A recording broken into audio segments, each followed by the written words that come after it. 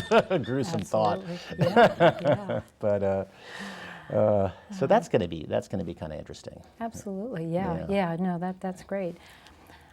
Welcome to Behind the Pages. Dan McMillan is with us today. Dan is both a professor of history and he is also an attorney. He has a PhD from Columbia University and a law degree from Fordham. He is here today to talk about how could this happen. This is a historical look at the Holocaust and explores specifically the decades preceding and following World War I and how the politics of that time really led to the rise of Hitler's power and also to widespread anti-Semitism in Germany. Welcome, Dan. Oh, thank you very much, Diane. Good to be here. I'd like to start by asking a little bit about an overview of the book. Can you tell us about your book a little bit? Yeah, let me just say a little bit about kind of why it's needed. You know, what it gives you that you don't get from what's out there already. Because if you want to know the answer to the big question, why this happened, the best you could do up till now is the histories of the Holocaust, kind of the narrative accounts, many of which are excellent, but they mostly focus on spelling out how it unfolded, sort of chronicling the facts. And to the limited extent that they kind of address the question why, they talk only about the immediate sort of short-term causes, what Hitler was thinking and how the policy got more radical after he got into office, you know, from discrimination to genocide over an 8-year period. Right. And these facts are really important, but they're not enough to help you understand why. If you want to know why, you've got to understand where did Hitler's ideas come from, how did the elite of German society develop across decades that they were willing to kill for such crazy ideas? What was different about German politics so that a man like Hitler could come to power there, whereas in our country, for example, he would have had no chance at all, even in the Great Depression. Or, you know, for example, there were tens of millions of adult Germans who knew a fair amount about the killing, but they seemed to have been indifferent, you know, to the fate of their Jewish neighbors. And so you have all these kind of sub-questions that add up to the big question, why?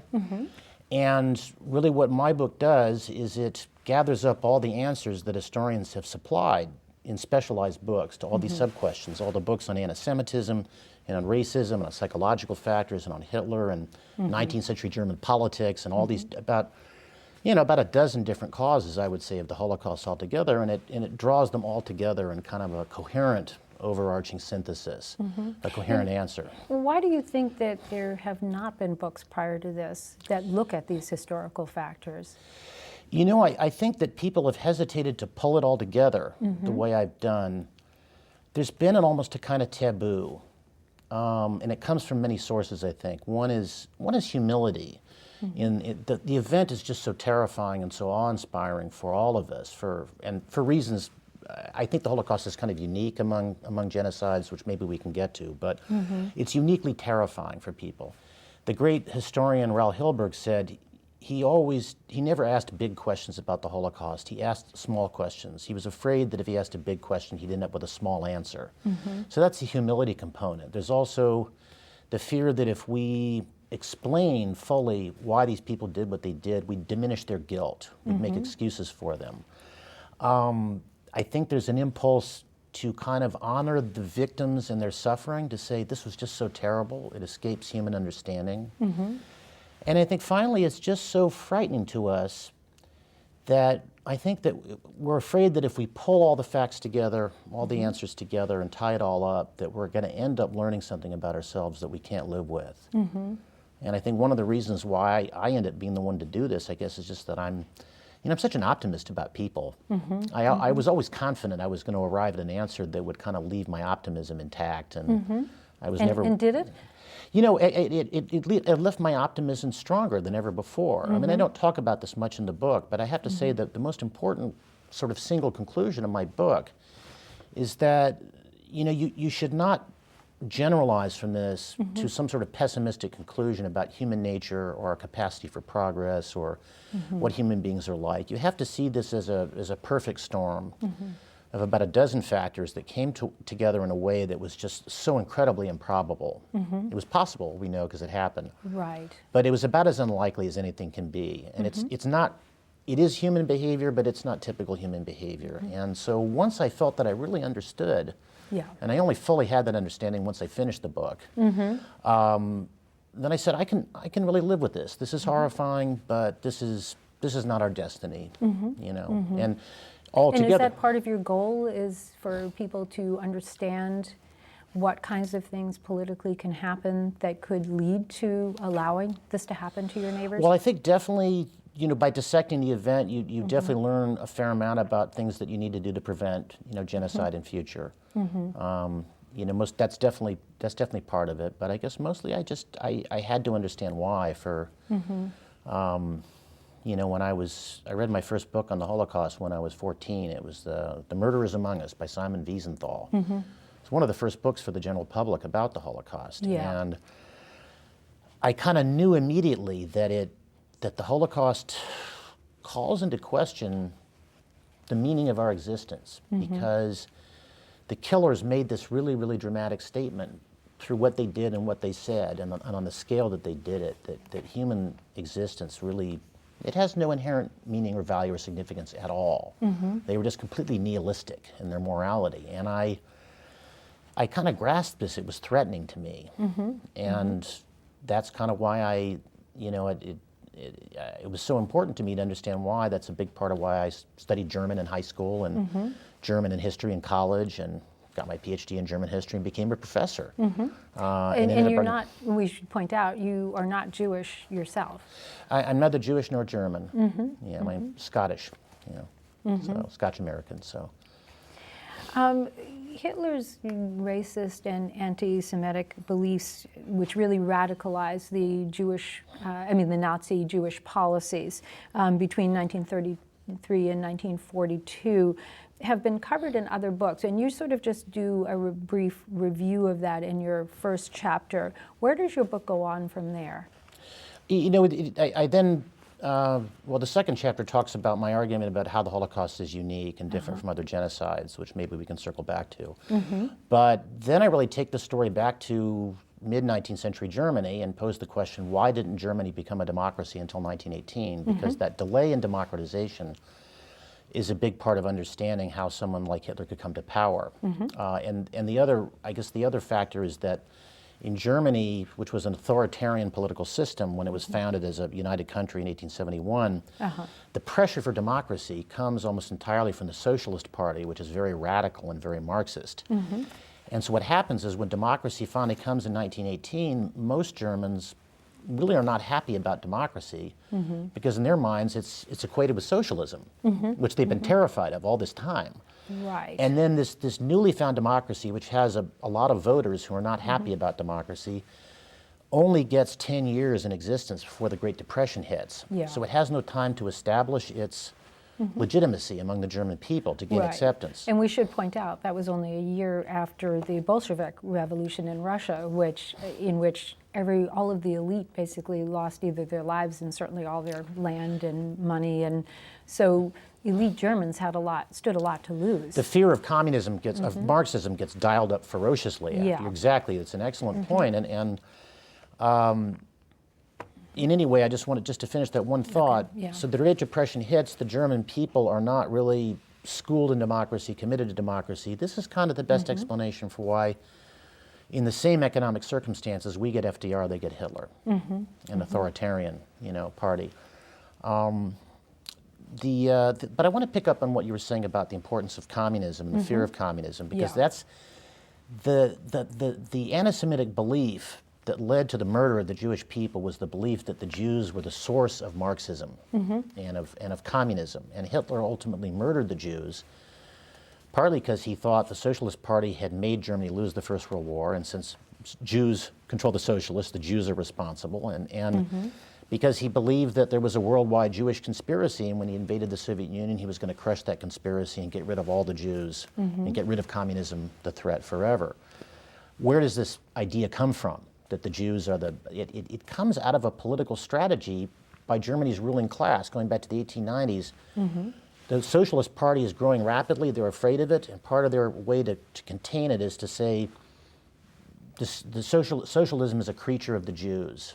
This is not a German party here. This is a Jewish party. This is a foreign invention. Even though it was a good percentage of the population, I mean, the Socialist Party had a big following. It was a problematic argument. Yeah. It was, Yeah. and the strategy didn't work, and the party kept growing, and it represented the bulk of the industrial working class, and it was the largest party in Germany by 1912. But anyway, that sort of strategy by the ruling class to contain socialism by using anti-Semitism as a weapon against it, and by equating socialism with Marxism, that goes a long way to explaining why people in the higher civil service or in the military or in the professions, in the elite of German society, the most educated members, so happily participated in the Holocaust, and quite willingly. They weren't forced at all. And without them, the fanatics in the SS could not have murdered even only a small fraction of the people they did kill. They needed the whole government to participate, and the whole government did participate. And I think partly because across decades, that elite had been schooled in this kind of anti-Semitism. And part of the horror of the Holocaust stems from the fact that the Nazis so completely devalued the worth of human life. Yes. Do you want to explain that a little bit? Yeah, I mean, let me just give an example or two of it to make it concrete. One is the way they denied their victims' humanity by turning them into material objects that they processed, almost as if they were animal carcasses. I mean, they used Jewish prisoners as laboratory animals. They harvested teeth to melt out the fillings. They sheared off women's hair to make textiles. And another way, I guess, you can see this dehumanization is that they sought the complete biological extinction of the Jewish people.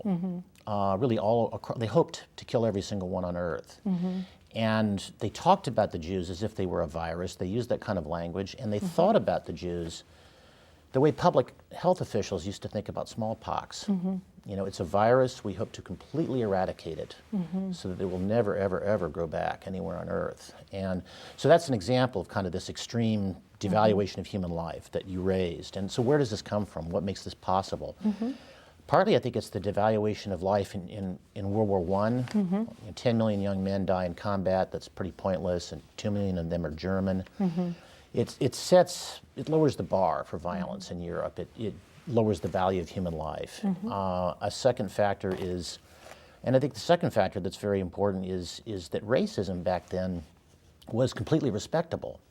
It was science in people's minds. In our country too, very much so. Like our restrictive immigration law in 1924 was totally built on this idea of the genetic inferiority of people from Southern and Eastern Europe. I mean, so this is very respectable all over the Western world. And this made it possible for German anti-Semites to define the Jewish people as really a separate species that was less than fully human. And that also made it easier. I think that and the devaluation of life in World War I think the confluence of those factors probably accounts more than anything else for this devaluation, this extreme dehumanization that's kind of a signature feature of the Holocaust. Right, and it wasn't new when Hitler took power. I mean, this is something that existed. No. Right. No. Had existed, well, as we all know, for centuries and millennium, really. So in answering the question, what was the Holocaust, you reserve this term for people of Jewish ethnicity, not the other people who were also murdered, Polish people, gypsies, anybody who's handicapped. Well, why is this? It's really, I guess it's because I feel that we do need a term that captures the specificity of the killer's intentions toward the Jewish people and how Hitler thought about the Jewish people and how important. And the specificity is that the Jews were the only one of all these groups, the only ethnic group or any group ever in history that's been targeted for complete extinction, for complete extermination. And also this radical degree of dehumanization, it's taken, I mean, Slavic peoples, gypsies, handicapped people, they are all homosexuals are to some degree dehumanized by their killers, but it is taken really to the absolute extreme, to a qualitatively greater extreme with respect to the Jewish people. And the other thing, I guess, is that in a way, all these other people died because of what Hitler believed about the Jews. He felt the need to fight this major war against the Soviet Union because he believed the Jews were part of this controlled this worldwide communist conspiracy that was this mortal threat to Germany. And all these other people were killed in part just to, in furtherance, directly or indirectly, of the German war effort. Like even the handicapped people that started being murdered in late 1939, it was like, we need to increase national efficiency because we need every resource we can for this war effort that we are engaged in or will be engaged in. And we starved to death, 3 million Soviet prisoners of war because that way we saved food that we can reserve for our people and our army and so on. But, these other people were, it's more that these other people were killed. It's also that these other people were killed because it served some purpose. The Jews were killed for the sake of killing them. Killing them was the purpose. So I certainly don't mean to imply that the suffering of these other victims was any less. Indeed, a homosexual man who went into a concentration camp in 1935 and suffered abuse for several years and died of malnutrition suffered more than, say, Anne Frank, who lived a normal life until she was, taken off to Auschwitz. So it's not that their suffering was greater or that they are less important, but I think I like to think of them as murder victims of the Nazis, victims of Nazi crimes, or whatever cover term you can use. I think we need a special term to characterize the unique character of the Holocaust and its existential implications. And Holocaust seems the best term because that's the one most often used. But I actually heard recently from someone who's an educator that among people who run museums, there's kind of a tendency now to use Holocaust for all of the Nazis' victims and to use the Hebrew word Shoah only for the Jewish victims. And I see nothing wrong with that usage also, as long as you have a term that captures the specificity of the Holocaust, which I think is important for understanding it. Hitler's worldview included the idea that the German race was superior. Do you want to talk about that a little bit too? Because I think that played a lot, played in a lot to the acceptance of the German people of what they needed, he said they needed to do. Well, given the sort of what you could call the racist consensus of educated people throughout the Western world, all kinds of peoples considered their own race or nationality superior.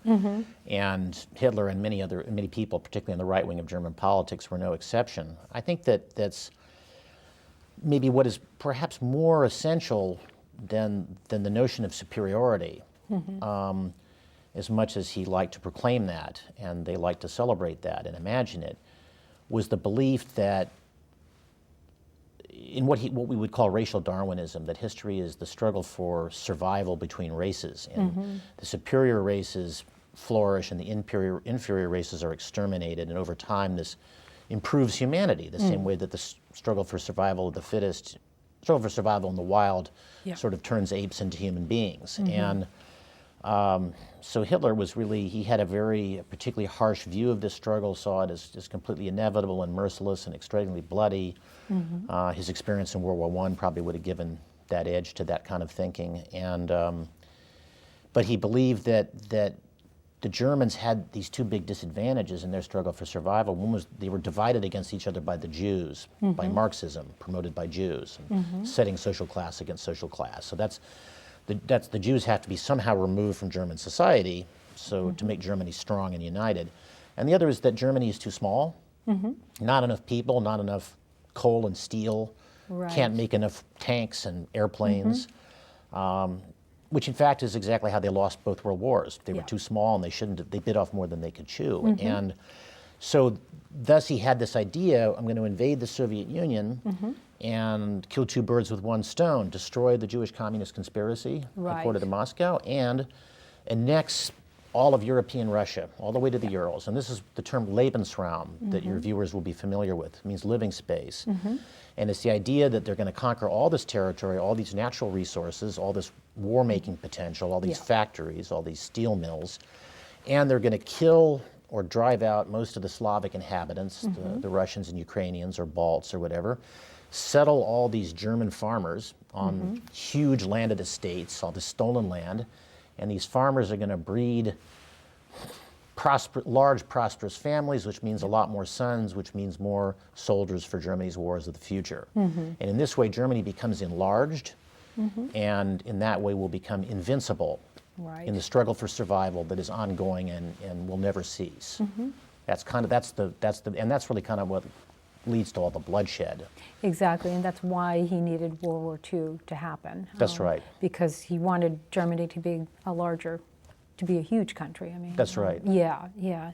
And he started in Poland, and then went on to Russia sooner than he should have. He never should have. Yeah, well, of course, yeah. From all kinds of reasons. Right. Let's talk a little bit about World War I, because that's the perspective that a lot of books have not really covered in terms of how that really desensitized people to the idea of killing in masses. One of the things that happened in World War I think that this was the first war that there were actually machine guns that were capable of killing large numbers of people within minutes. Colonial troops, European imperialist troops used versions of the machine gun in their conquest of Africa in the latter part of the 19th century, but they had become qualitatively more lethal by the beginning of World War I, and that's really the technology of the machine gun, and when altogether just industrialization, the production of so many other modern weapons, of much more powerful lethal artillery than had existed before, and the fact that your economy is so efficient that you can spare a lot of young men away from agriculture and away from your factories to use them as cannon fodder, and that means bringing a lot of men to the front in very large armies. And then you have this weapon, the machine gun, that will just mow down any number of men who attack, and so they have to hide in the trenches. And so they're hiding in the trenches, and you can't get at them with the machine gun, so then you turn to the artillery, and they use artillery, and they basically, all the armies in the war basically are engaged in the strategy of trying to bleed each other to death. A war of attrition. So killing the young men kind of becomes an end in itself. Right. We're not going to win until they run out of men. Yeah, and this means too that the people who took power in Nazi Germany are the ones that lived through World War I, and either participated in the war itself or were young men hearing about it toward the end of the war. Very much so, and it's interesting. Well, I mean, Hitler, of course, was a veteran of 4 years on the Western Front. Rudolf Höss, the commandant of Auschwitz, was a World War I veteran also, although actually in the Syrian front in the Middle East. But in a way, it's interesting that you put your finger on the ones who weren't quite old enough to go to battle. They call them the war youth generation, and in a way, we've come to think of them as, in a way, kind of more likely to glorify war and to justify the killing, because they didn't actually have to see it. They were caught up in the enthusiasm and in supporting the war effort, but they didn't actually have to experience their buddies being killed. And so it was really easy for them. It became an abstraction, but one that they very happily accepted. Right. And from that generation came Heinrich Himmler, head of the SS, his deputy Reinhard Heydrich, Otto Ohlendorf, who led one of the big shooting squads in the Ukraine, countless others. Absolutely. And also I think that you pointed out in your book that for the people who were fighting the whole however many years in World War I, 4 years of World War I, there was some of them were permanently damaged from it, and some just basically learned to survive without feeling that emotionally engaged in what they had gone through. And then they were the really terrifying people, and that included Hitler. Yes. Who sort of at a certain point realized killing is just kind of part of life. It was particularly terrible with Hitler, I think, because Hitler had already developed. I mean, not that we don't have a lot of information about him before World War I, but he already seems to have developed into this narcissistic personality with very underdeveloped capacity for empathy. So you have a human being with not exactly a sociopath. Still, you would say, in some sense, I don't know, I wouldn't call him normal, but certainly not mentally ill, and not even as abnormal as a sociopath. But nonetheless with very little, a chilling lack of empathy, and then he, participates in this slaughter, and he's one of the people who enjoyed the war. He said during World War II, he recalled his time in the trenches as the one time in my life when I had no worries, as a quote, and that tells you a lot. Yeah, that sort of detachment that you described, that happened to a very small percentage of the soldiers. I think we could think of them as a minority. Yeah, yeah. I think it's safe to say that most German veterans of the war, judging from the membership of veterans organizations and their politics after in the 1920s, I think most German veterans of the war came out of it with the kind of healthy attitude we would have. This was terrible. We don't want to do this again. But you do have that minority that thrived on it in some way, and Hitler clearly belonged to that. Absolutely. Most of the leading perpetrators of the Holocaust said later when they were interviewed that they didn't really feel a personal sense of hatred toward the Jews. Can you explain this and give some examples? Yeah,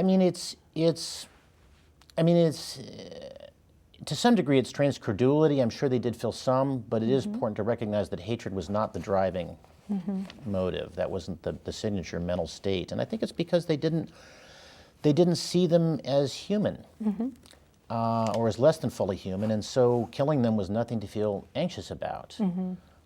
If you were put in a situation where you need to kill someone who you do regard as human, you can come, if you didn't hate them before, you'll hate them after because you don't want to think of yourself as a murderer.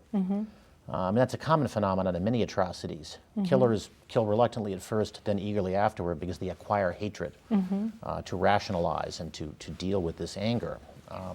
But in the case of the Holocaust, you have people who just killed with this indifference that was so cold. There was a guard at the Chelmno death camp who was asked, I don't remember which context, but how did he feel about his victims? And he just took his foot and put it on the ground and made this motion, like you're stepping on a beetle. And that's, the signature mental state of the Holocaust was indifference. And I think that's another part of why it's so terrifying to us, because hatred, as awful as it is, hatred is a relationship among human beings. We care about people we hate. When you don't even when you care so little about someone that you will kill them without hating them. That is a different kind of emotional universe, a place that none of us ever wants to go. Well, for example, some of the medical doctors that performed experiments. Excellent choice. That's an example. Did not see their subjects as people. Yeah, absolutely. Absolutely. And I think you also talked about the head of one of the prison camps who said that he had no personal, he gave some examples of people who he thought he had good relationships with. Franz Stangl at Treblinka. That's. I can retell that account. If you remember that story, I don't know if we have time to get into that. We probably don't. Okay. Yeah. But he did say he said that he was not an anti-Semite, that he had quite friendly relations with the inmates, and when asked what he had enjoyed about his time in the camps, he said human relations. Their attitude was like that of was like that of a farmer among livestock that he's destined for slaughter. That kind of indifference. Exactly. Yeah. Well, thank you for being with us today. Unfortunately, I have to tell you that we are out of time. Thank you very much, Diane. I've very much enjoyed our time. And from the staff of 22 City View, you have been watching Behind the Pages. I'm Diane Goshgarian. And thank you. I really could have sat here all afternoon talking over this, because I also have read a number of books about the Holocaust, but it's usually my interest to look at